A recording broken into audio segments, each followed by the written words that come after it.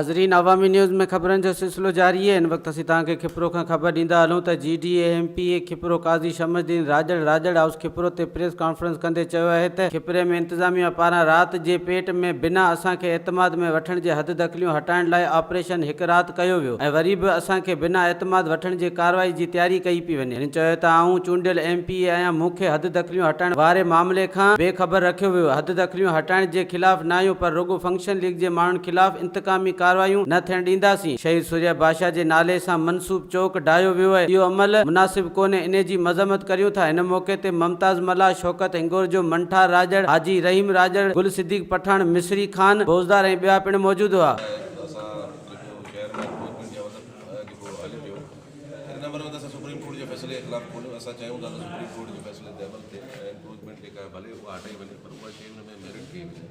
हिते जेको आहे उहा डीमेरिट कई बि वञे, का बि शइ ॿुधाइण लाइ तयारु कोन्हनि इंतिज़ामिया वारा। असां जॾहिं उन्हनि खां ॻाल्हायूं था, उहे चवनि था त असां तव्हांखे न ॿुधाईंदासीं। टाउन चेयरमैन जेको आहे उनजो स्टेक होल्डर आहे ऐं उहो स्टेक होल्डर आहे। हाणे पीपुल्स पार्टी टाउन चेयरमैन जेको आहे उहो स्टेक होल्डर आहे, हिते जो MPA रिप्रेज़ेंटेटिव उहो स्टेक होल्डर कोन्हे। असां DC साहिब सां ॻाल्हायो, DC साहिबु फ़ोन ई कोन थो खणे। 4 ॾींहं थिया आहिनि DC साहिबु उन लाइ कमिश्नर साहिब खे बि असां शिकायत कई। अॻिते उहो जो सुभाणे असांजो पूरा मन एहतिजाज DC सां गॾु चेयरमैन टाउन कमेटी केतिरो वसीम क़ाइम खानी जेको मेन कल्प्रेट इन सॼे इशू जो, ऐं उन खां पोइ जेको आहे असां अॻिते जो लाइमल असांजो इहो आहे त थी सघे असां एहतिजाज जो दाइरो असांजा मुतालबा न वञा विया, जाइज़ मुतालबा असांजा न वञा विया, बिल्कुलु असां एहतिजाज जो दाइरो वधाईंदासीं। ऐं मां कमिश्नर साहिब खे बि शिकायत ॾिनी DC साहिब जे रवैये जे बारे में।